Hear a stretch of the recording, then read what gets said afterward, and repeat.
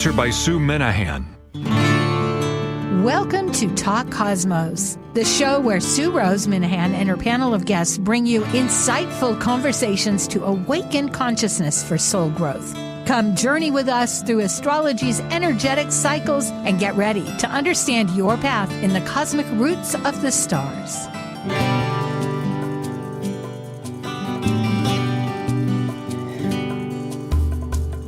Hello again, Sue Minahan here for Talk Cosmos, and we are today celebrating a lot of good things.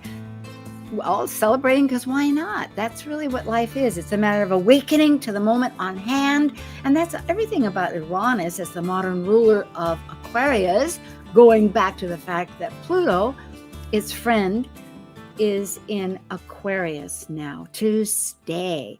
And there's so many other aspects happening. As in our title, we are focused on the Sagittarius New Moon. That's pointing to the galactic center. That is going to a big point in the of our consciousness, we could say in many ways, plus the fact that the two inner planets, Mercury and Mars, are taking a turn to reflect and go backwards. We're going to look forwards and backwards at the same time.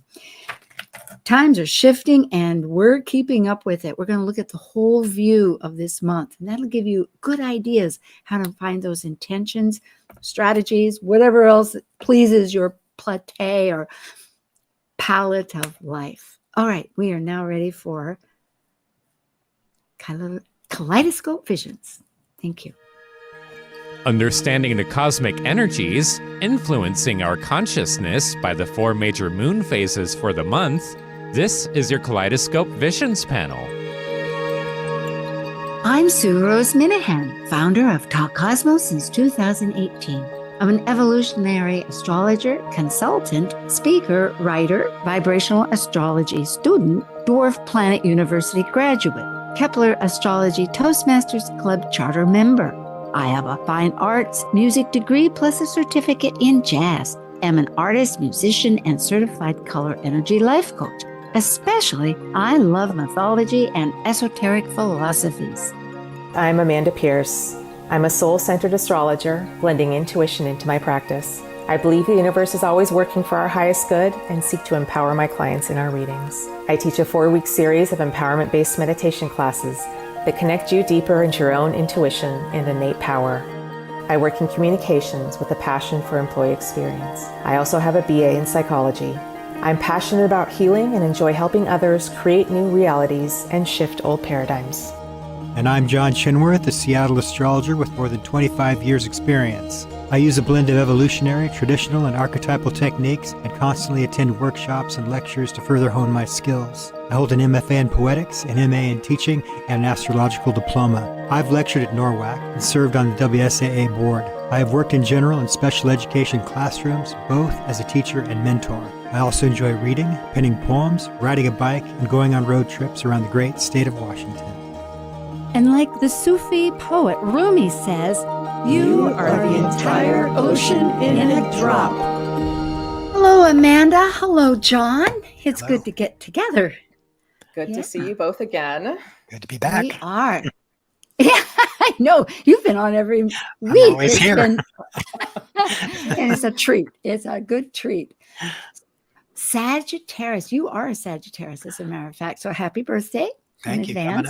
Coming up. Yikes. Yes, indeed. It's a glad time, right? We're recreating. Here we go. It is 4 phases that we're looking at. The Sagittarius will be on the 1st, coming up in a week. Then it'll be on the 8th for the first quarter in Pisces. The full moon is in Gemini. Always it's opposite, and that's on the 15th, right smack dab in the middle of the month. And the 3rd quarter is Christmas Eve, when we know, but it's in Libra, time of relationships, and it's an action. And we're always in action when it comes to Christmas, at least as far as that holiday goes, for those that observe it. And it's a big theme around the world, actually. Any thoughts, or should we lead on? Okay. I'll just say that the first 3 phases are the moon is mutable in all of them, and so mutable the mutable energy it's very flexible, it's adjustable, but sometimes can be overly compensating and not necessarily hold its ground, or it's hard to get started with things. So the third quarter, we've got that cardinal energy in where we really get to start initiating more. It is. I love this cycle of energy because it comes from the fixed, and the fixed was where it was set. So of course we have to kind of break down a little bit in order to keep moving forward. Good. And it's an adventurous. Let's talk about the themes of it. We will in a moment. It is a clock. Remember, the moon and the sun, the luminaries, as we call them, are what motivates this whole moon cycle. The moon, however, just reflects that sun's light because the sun is a star. It's a gas, hydrogen and helium, and it emits, thankfully, for many years yet to come. Whereas the moon is always dark on one side as it rotates amazingly around our globe. I like to note that the most interesting thing about our star and our moon is they're arranged in such a way that they're almost the same size. So we get these really magical eclipses and things. So maybe that's why our astrology developed in such a way that we equate the moon, which is much smaller than our sun, but from Earth, they look the same. That number 108 is, you can research, and it's used again and again. And then it's even said that there's 108 in so many other ways. Like around a baseball, there's 108 stitches. It's like, what? That's hard to conceive why or how, but there is that distance of like either the space is two there or it's that dimension. And because you triggered here my thinking is that, interestingly, if we were to consider time, if we look way in the past, there'll be at odds or way in the future. So this is a precious time we have that we are all incarnated. Yes. I love that. Here's a beautiful cycle imagery of the four, starting there on the right with the new moon and the date, and then going progressively around. That's a very happy sun.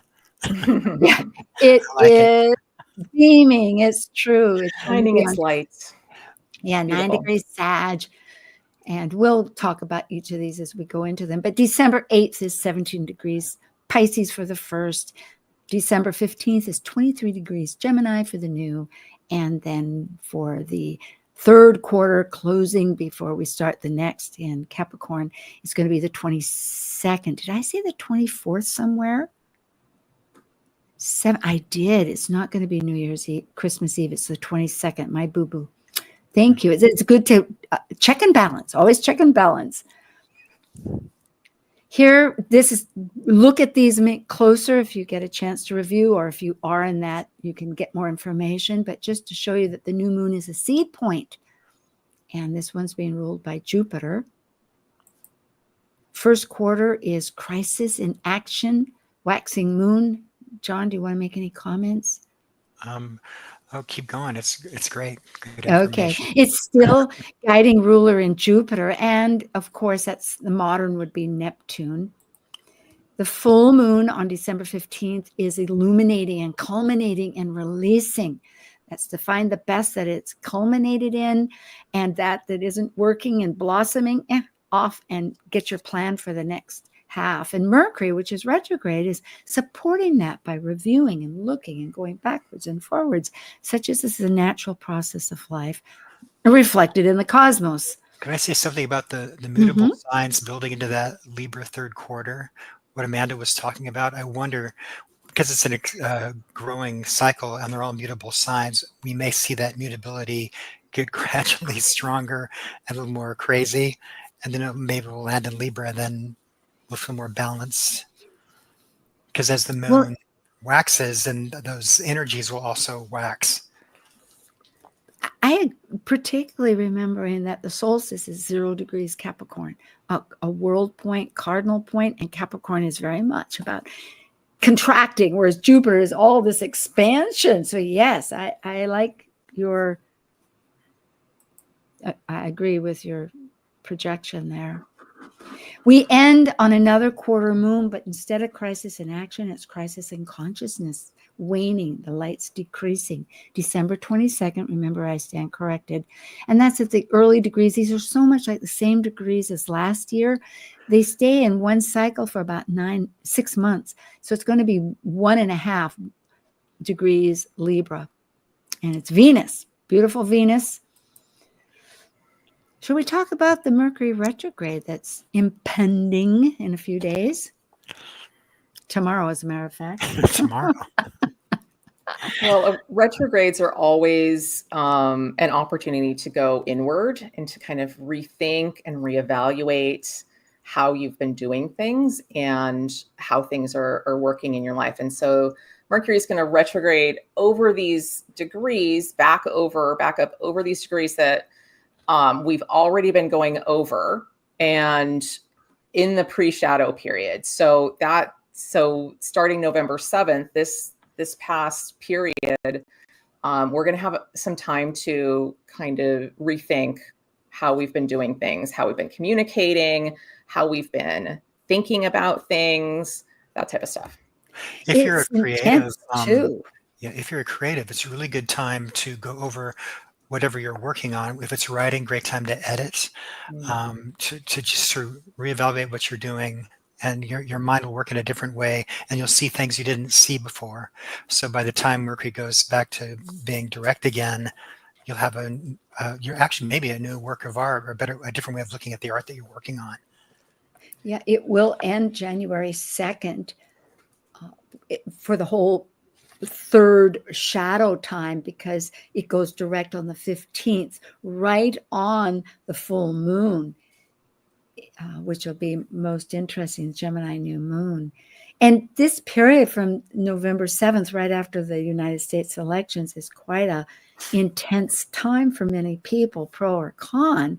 I imagine in many, and then Pluto, what I'm getting at is relationships, because Pluto going into Aquarius.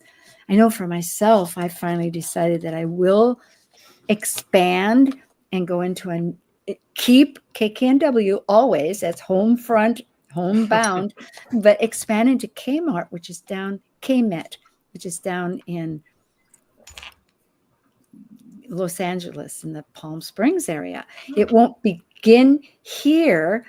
And I get a yay here from our soundboard person. Yippee. I'm excited now too. And it'll start with archetypal symbols, which is getting recorded. However, of course, they go back and I'll have news. So hopefully people will be listening to this to get an overview. It's exciting times. And there's more. I'll stop there. We have a show to do. But interestingly, Mercury and Jupiter, of course, are in mutual reception. Mercury in Sagittarius, Jupiter in Gemini, and they're opposing each other. So they're really in this huge dialogue, debating, negotiating, talking up a storm, because that's what they do. It's like the teacher and the student have switched roles. The teacher has things to learn, and the student can teach things, which is a really unique way to look at education. As a teacher myself, sometimes you learn a lot from your students. A lot of the time you do. Amanda? Yeah. And anytime a planet touches Jupiter or Venus, the two benefics, it can bring good things in. So even though it's an opposition, which can be seen as a difficult aspect, it's Jupiter. So this can be really beneficial for how this Mercury retrograde period goes for us. Yes, because we have, guess what? This is the next big deal. We have Mars coming up retrograde. Now, that is a long retrograde, and it's only every couple of years that it happens. So it's a major deal when Mars decides that we're used in whatever sign it's in going forward, and all of a sudden it says, let's do the business. Let's rethink, reassess, and all that stuff. If you're already working on something, it's a good time to go forward. I know, too, I was given advice. I was saying, aren't you going to write a book? And I was like, well, yeah, but that was like maybe many times forward. They said, well, get a coach. I thought, okay, we'll review that. But here, a different way to think about it. Yeah. So here, it started in October. That's a month ago, long time, October 5th. That was a pre-shadow. It was at 17 degrees Cancer. And as of December 6th, it goes retrograde exactly on the United States North Node at 6 degrees Leo. And then it goes direct. It'll stay there. And meanwhile, it'll go into Cancer again. So it's between Leo and Cancer, but that won't be until February, late February. And then it won't, the entire path ends May 2nd. So we're really looking at a good 7 months here, as usual, of looking at in Cancer what keeps us safe, what's secure, and then how to rise to be that manifested self. It's quite a juggle. And you'll see Mars going from a sign that it's okay in Leo, I get to be the general of the army, into Cancer, which is where Mars is in its fall, and it's going to feel like, what do I do with this emotional energy? Is this safe? That will come up. Plus, Mars is in this opposition with Pluto. Pluto was in Capricorn, so now we have a new script. It's in Aquarius. Aquarius is looking at community, and not in community. I often think, well, it's me and community, but no, it can be this community versus that, working with another community, or yourself, as I find myself working with a community that's working with another community. It's expansive, but it's networking. So coming to the grounding from that, my best suggestion, which I'm finding others suggest and that we might see in the chart, is to go close to home, network and connect with those people that are close to your heart and your like-minded thinking, build from there and keep reaching as it goes. Well, we've spent more time on this, but it seems like it's so important. Out of bound is still when these planets are outside the sun's path and the archetype is independently acting out. And we have Venus for the Sagittarius New Moon, and we have the moon for both the new moon and the full moon. Then Ceres, the dwarf planet of nurturing and grief, has been out of bounds and will continue since April and January. So it's been intense as far as feeling grief, wanting to nurture, nurturing ourselves, nurturing others, etc. What a story. Values and okay. We're living in quite a time. Lots of big energies. They are lots to draw from. Yes, that's the good news. It helps me to connect with other people. I don't go down my rabbit hole of doom and gloom. It's like, nope, that's boring. Let's look outside, up, and on the ground. Yeah. So it's 10 degrees Sagittarius Sabian symbol. That's for this new moon. It's always rounded off to the next degree, although people sometimes stay with the same degree, but we're doing the rounded off version, which many do, I'd say. Theatrical representation of a golden-haired goddess of opportunity. So it's about growth, but forced growth in the sense that we dramatize what's great for the person that wants to move ahead, that's assertive. I always think in this Sabian symbol, there's a little bit of jealousy or envy and worried about your prized possessions. There's also like an intensified dreaming of reward. So it's a kind of a selfish little Sabian symbol. Well, look at me kind of vibe, you know? Yeah. This, to me, this is like a really wanting to strive for this opportunity that maybe you have rose-colored glasses on a little bit. You're like, the grass is always greener, right? Like it's just really built up. And so, and with this sun and moon and Sagittarius, like it wants to just go and be jubilant and take action and get really excited about things. So that's the energy of the sun and moon. And then it's square Saturn. So Saturn's like, hold on right now. Well, let's go with just the Sabian, right, for that, if we can. Sure. I like in a sense, but because if we look at, and I didn't print this all up, is a golden hair goddess of opportunity. So I think somehow that perhaps it is still looking at the abundance that's possible, but it might be something that's, because it's, like it says, social and cultural, that it is more dramatized, and maybe input from, if propaganda, that's things. Well, the first But thing it is it gross, says is however you look at it. the first thing it says is theatrical, so it's like a big show being put on, right? Yeah, And maybe which so we, people could be distracted. So just be careful what you're looking at. Like Amanda said, the rose-colored glasses, exactly, oh, okay. Well, right? then let's see what the chart says. Okay, got it. Now we can talk. Go, please. Well, you were talking about, yes, square Saturn right there.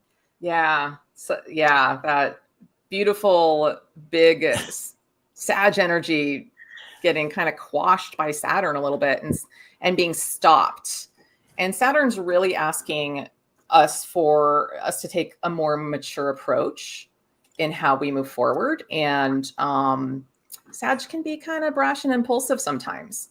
So Saturn's saying, slow down and let's act with integrity, because this is a new moon. So it's all brand new energy. And we're operating on instinct quite a bit here. I like that. Yes.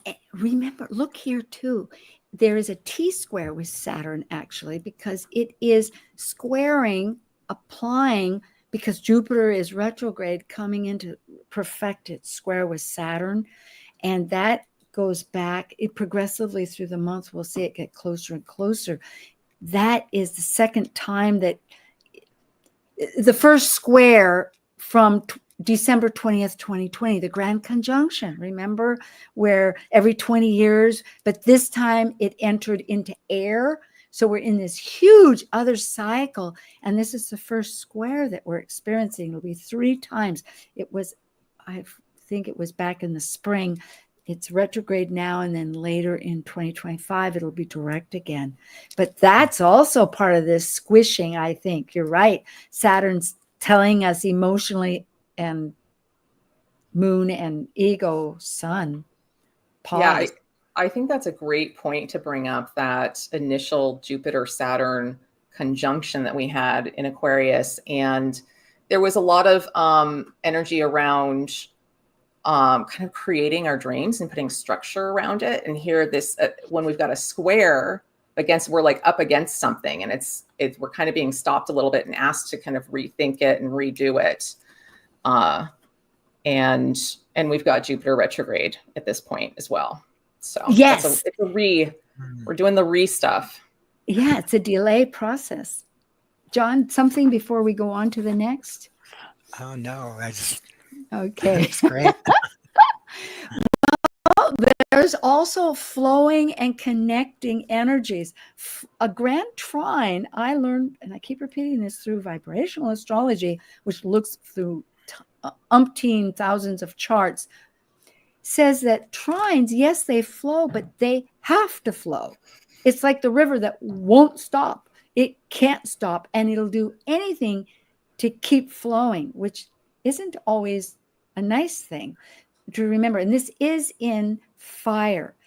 But so in other words, it has many dimensions. That's all I'm sharing. And this is the sun, moon, Mars, which is really stationed, about to retrograde the next day.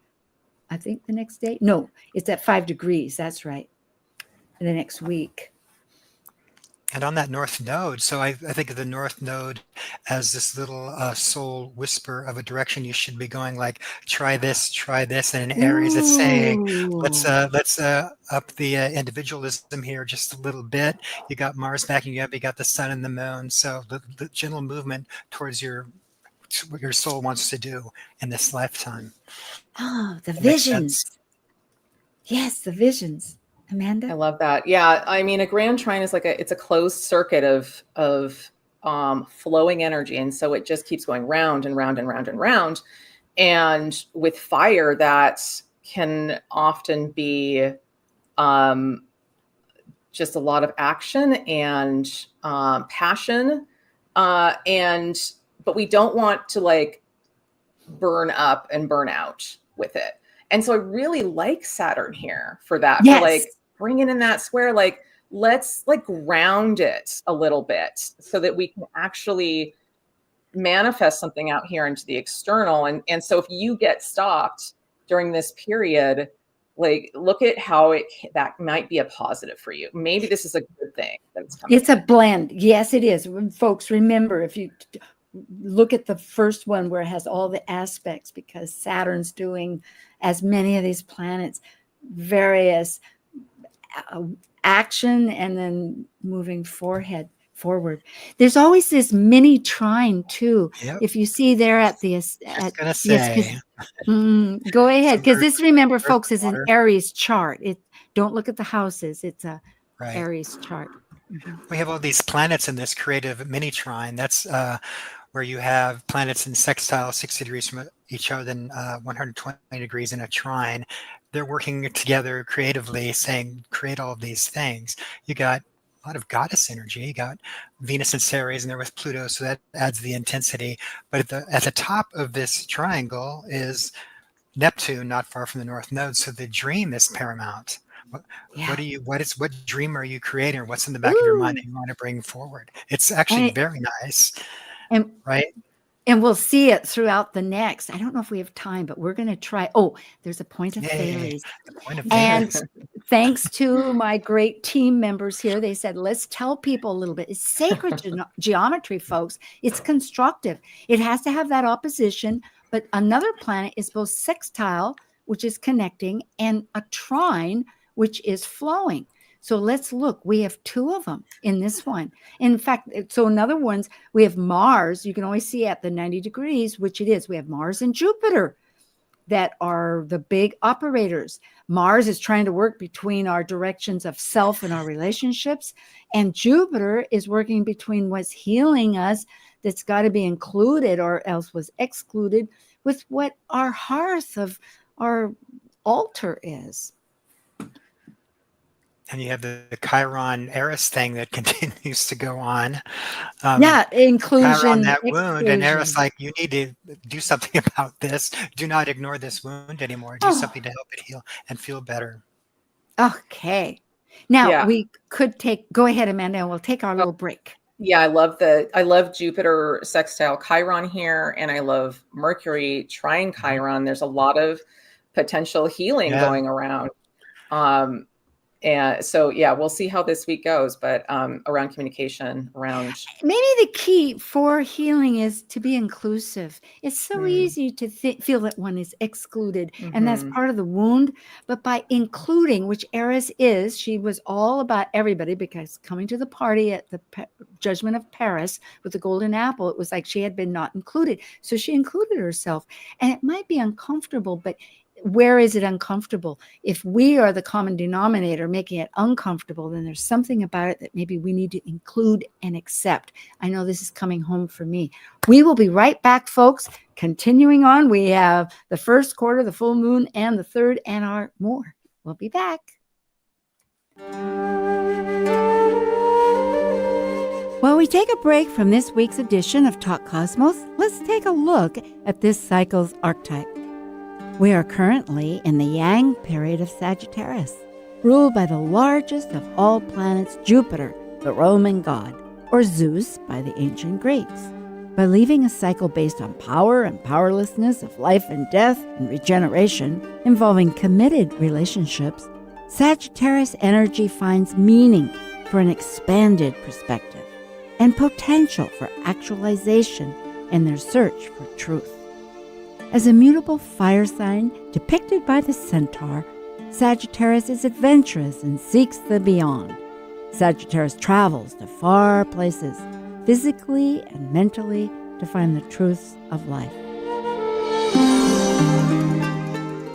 This is Martha Norwalk every Sunday morning beginning at 9 a.m. Thanks in part to Linda Rasmussen at verticalenergyworldwide.com. We cover the world of animals. This week, it's Shelter Rescue Sanctuary and anything that helps our animal friends Sunday. We'll check in with Meow Cat Rescue, Help Animals India, Beth and Merritt Clifton from animals24-7.org. Plus, we'll find out what's going on at the Ananda Institute for Living Yoga. Martha Norwalk's Animal World, Sunday morning, 9 a.m. to noon, right here on Alternative Talk, AM 1150. Talk Cosmos brings insightful conversations to awaken consciousness for the soul growth with hour-long programs every Sunday at 1 p.m. Pacific on KKNW. Talk Cosmos weekly programs are also available to watch live on the Talk Cosmos YouTube channel and Facebook page. While you're there, make sure you click the like and subscribe buttons so you get the full Talk Cosmos experience. Or if you'd rather listen to the show archives with audio only, the entire podcast collection since 2018 is available on most podcast carriers. And to find out about upcoming programs, sign up for the newsletter at talkcosmos.com. So grab your coffee, tea, or kombucha and enjoy the show. Giving local voices a chance to shine. Alternative Talk 1150. Well, hello. Okay, we're going to go. Well, let's see. I wanted to ask you guys how everything's doing. I think I was a little, how can I say, over exuberant, thinking I'd get this done in the first half, so I missed part of our stuff. But how is everything so far with you both? Things are, I think, good. It's definitely energies have been intense, right? So it's just a matter of, it feels to me like just keeping going and keeping steady as much as possible. Yeah, and making choices. I find I have to make a lot of choices. Yeah, John. Similar kinds of energies, but a lot of having to take care of myself and my needs and what I need right now to kind of rejuvenate, feel better. Yeah, lots of self-care. I find that really, really helpful right now. Yeah. Yes. First quarter moon, December 8th, is going to be in the East Coast in the morning at 10:26 a.m. and that's 21 seconds after, if you want to be exact. And it's going to be at 17 degrees Pisces and 2 seconds. Yeah. I mean, it's really 17 degrees. And so in other words, we're looking at 18 degrees Pisces, gigantic tent. Villagers witness a spectacular performance. There's another performance Sabian symbol like that previous one. That's really interesting. It is. Putting on a show or going to see a show or the imagination running wild with creativity. I don't know. Also, the original use of theater was to express maybe what the community is thinking and what they need to work on. So maybe there's some of that going on. It appears to be motivated by that it's appealing to the collective enjoyment of something because it shows some, interesting. Yes. Yeah, it's I like, John, what you were saying about it being kind of theatrical because it really plays well with that moon in Pisces, like really seeing the spectacle of it and getting kind of entranced by it. Those Sabian symbols, that set of them came out in late 20s, 30s when there was a revivalist movement. Right. When there were traveling revivalist religious groups going around the country. So there might be an element of that in there. They've been interpreted many, many times. I know archetypal symbols. Yeah. We do this a great deal. And whether it's Dan Ruchar or Linda Hill, etc., there's many ways to look at them. Crisis in action. It's a waxing. The light is coming out. It's that first quarter moon. You'll see the moon in the sky looking like a half. It's half. And for action, we still overall have this Mars opposite Pluto, and there's a couple of T-squares with Jupiter. So it's really back to the same themes and that in this time, though, the moon is moving up closer to Neptune. So it's. Yeah, and this sweet Pisces moon, super sensitive, romantic, gentle, compassionate, conjunct Saturn. She's like, poor baby.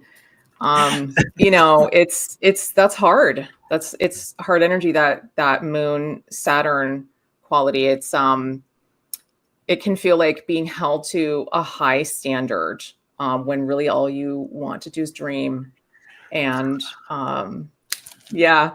And That could be the antidote, because there is, again, vibrational astrology says that when they're connected, it's spiritual. It might be that constraint is really on a mundane level, and by broadening our perspective. John, I think you have a thought here, burgeoning. I do a little bit. My poor brain.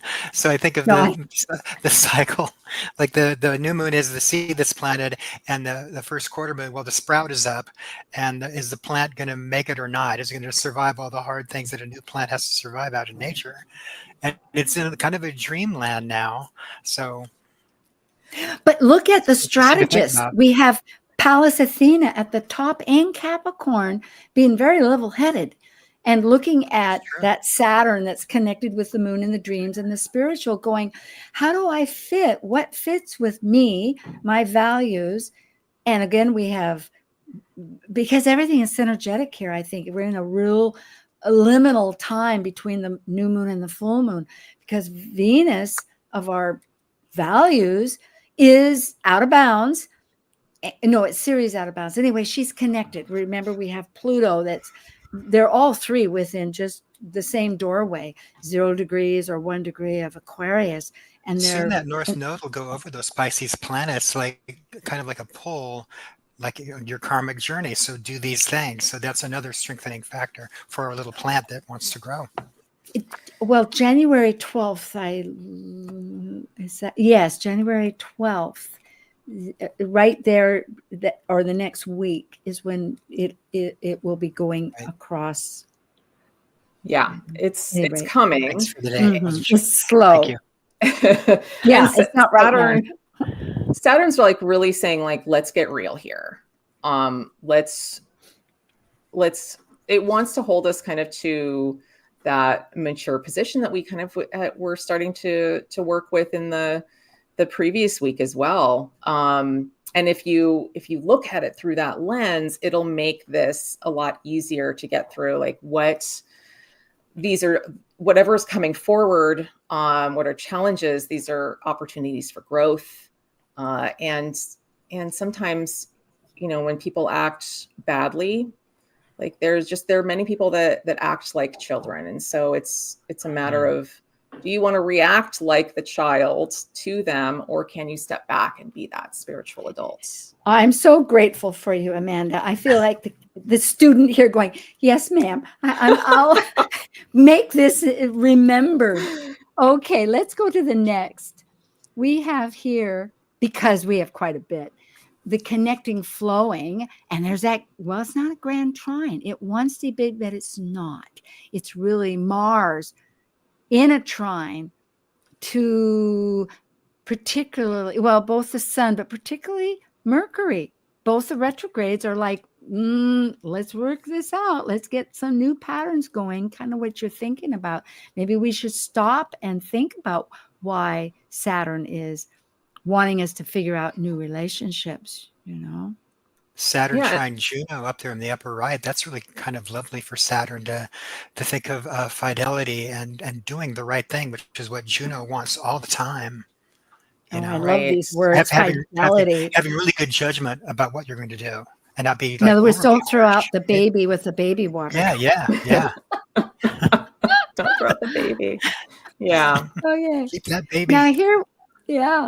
Now, we do have, interestingly, a mystic triangle and a mini trine. Once again, we still have that mini trine. It's always something to remember and to just ground into, especially as you mentioned. It may be slow, but the North Node's moving because it goes backwards. It will move towards that whole 0 degrees, 1 degree Aquarius up there, which is action with how we're networking, how we're changing, how to find stability through all this stuff.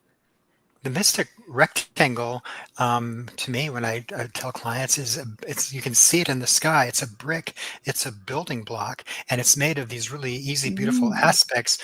And I always ask them, what do you gently want to build that helps your karmic journey or your spirit right now? Oh, such great words. Building a gentle building block. Oh my Yes, God. because of those I love that. aspects. You're not like running I all over love that. people building your castle. You're like, what works now and what can easily be built doesn't harm That others. and fidelity are going to be emboldened in words right across my table here. Can we also talk about that Venus-Pluto conjunction? Go ahead. I'm Venus afraid is Just kidding. This is a big one, right? I mean, Venus has just moved into Aquarius, so it's out of Capricorn, where it's done a lot of hard work, entering into like a new stage of freedom, and it comes up right away against Pluto, and so it's almost like it's going through this process of purging.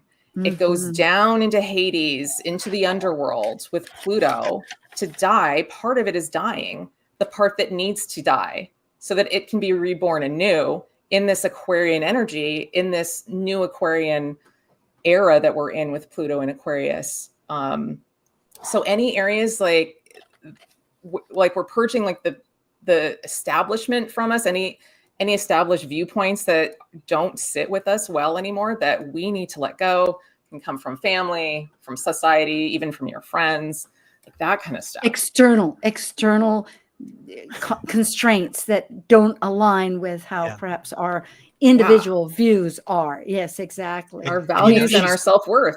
That's Venus, right? She's going down to the underworld to meet Pluto, and who's there but Ceres, probably trying to get Persephone back. So these two goddesses down there, like, what's going on? Well, it's a family affair if you think about it, because they're brother and sister, Pluto and Ceres. And those Olympians. I think, transforming how to find nurturing. Grief is, if not in our country, you look at the wars that are happening and all the political stuff that, of course, with the news as it is, we get more and more, and you wonder, but on any level, there's so much grief that that all about Ceres is a matter of transforming into how do we sustain that nurturing, because she taught agriculture. How do you feed yourself and sustain it?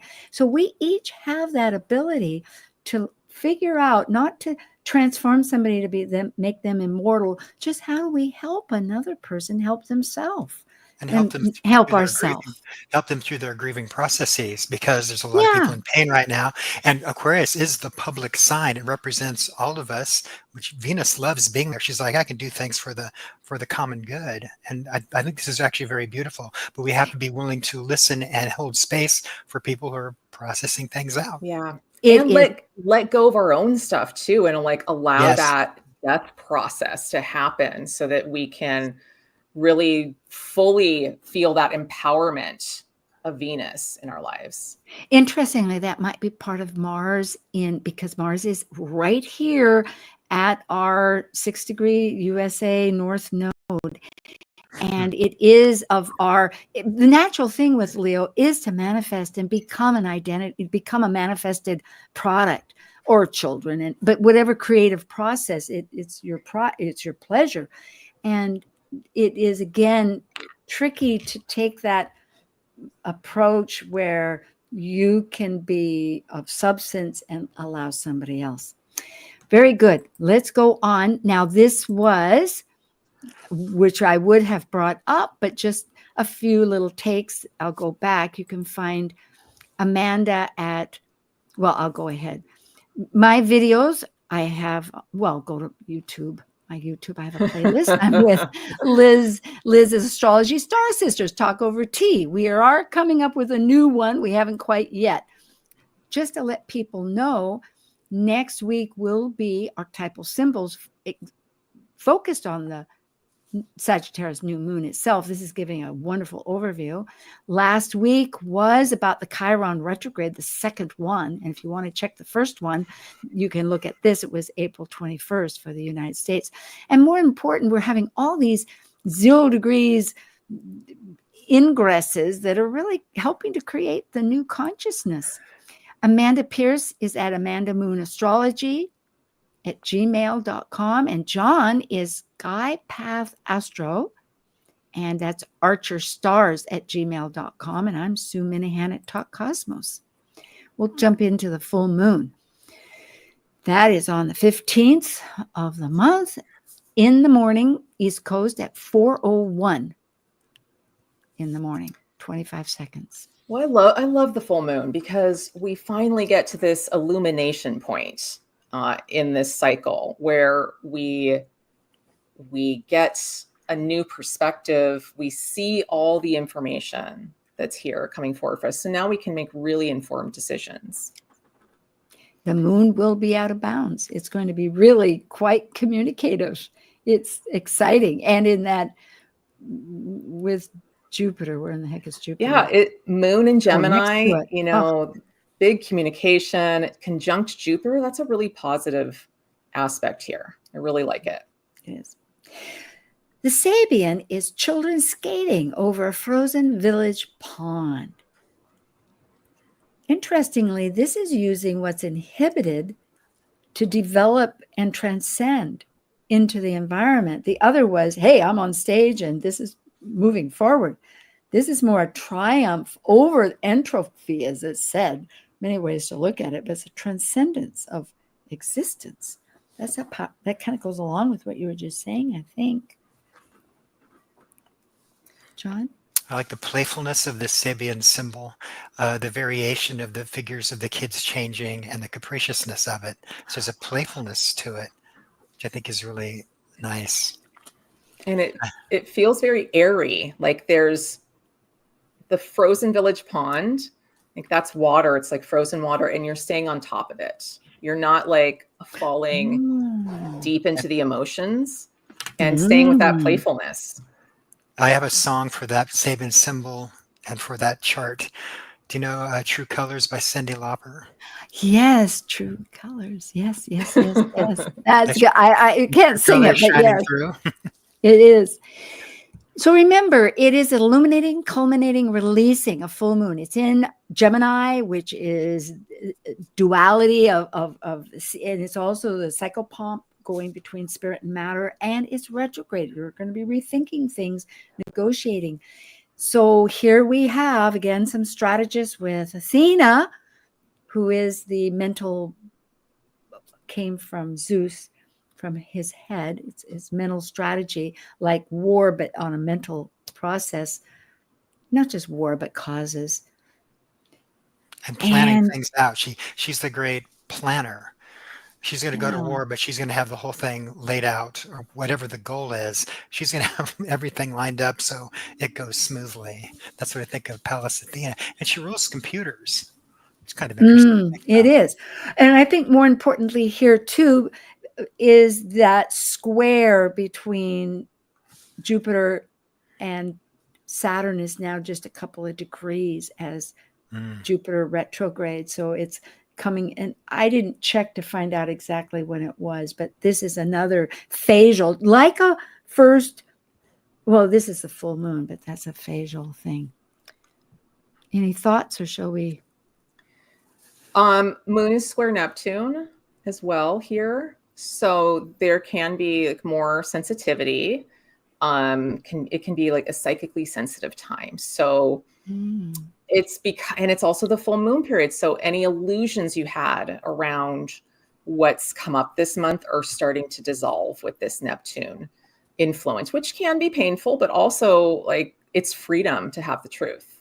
So we want to invite that truth forward for ourselves. Thank you for bringing that point up. It is so true. Neptune does want, through all the charades of illusion, what is true universe. Having go back to that previous chart, Chiron and Eris opposite Vesta.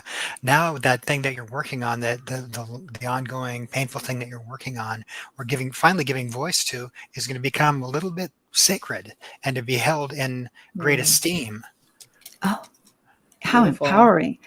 Yeah. Well, here we have quite a few there is that grand trine that we've had, but this time it's still in fire. It's with Mercury, our thoughts and our actions. They're both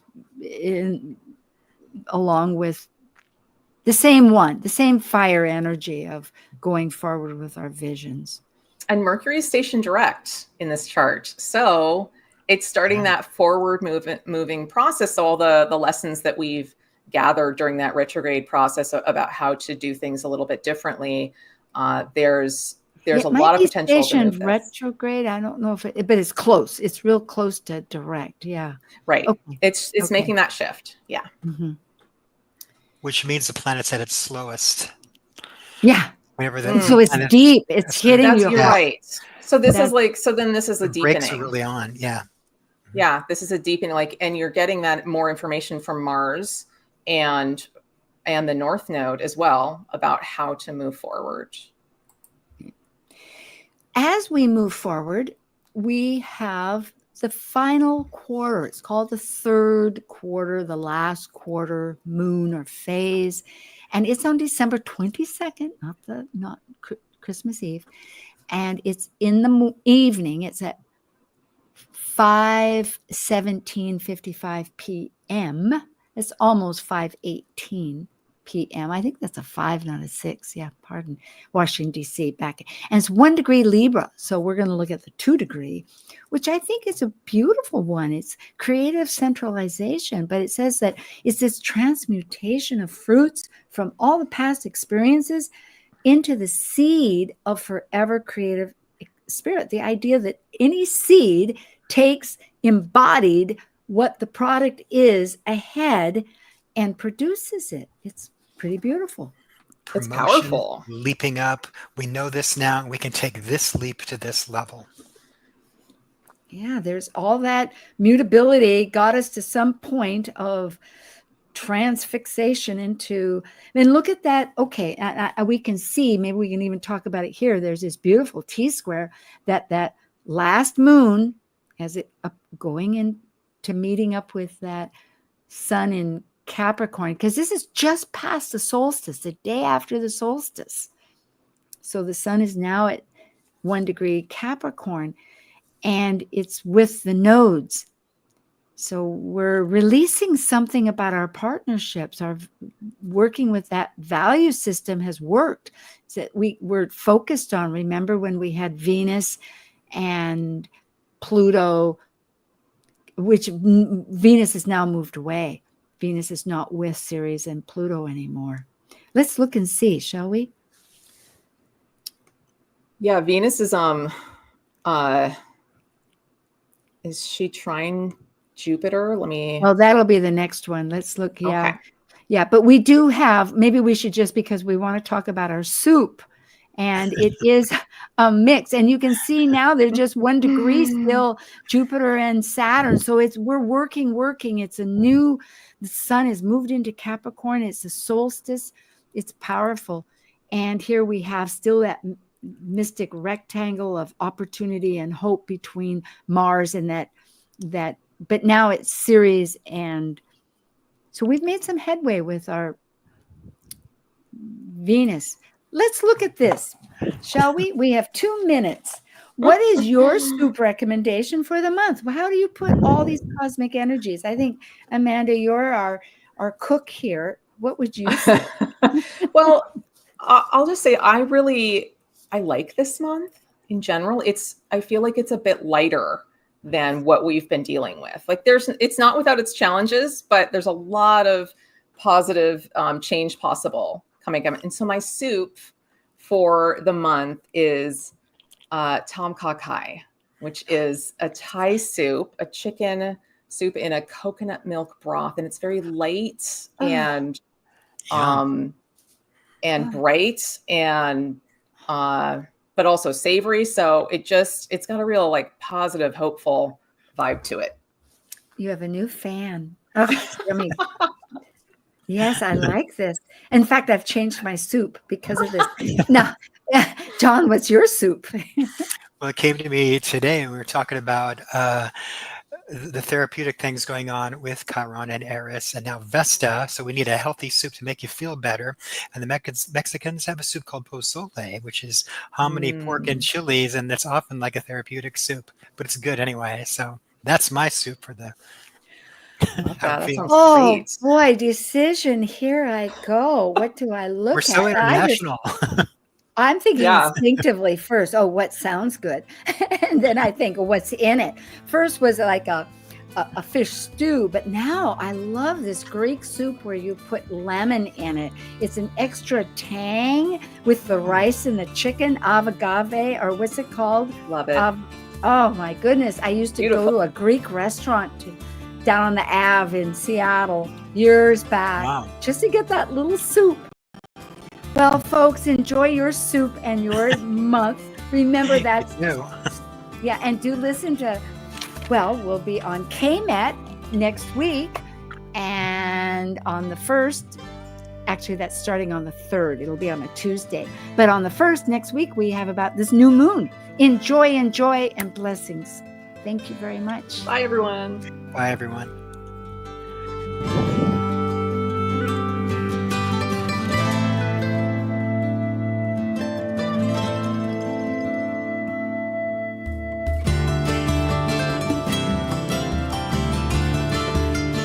Thank you for joining an insightful conversation on Talk Cosmos, the show where Sue Minahan and her panel of guests awaken consciousness by connecting soul growth patterns with astrology's energetic cycles. Be sure to tune in next Sunday, 1 p.m. Pacific Time, to continue your journey through the roots of the cosmic pathway.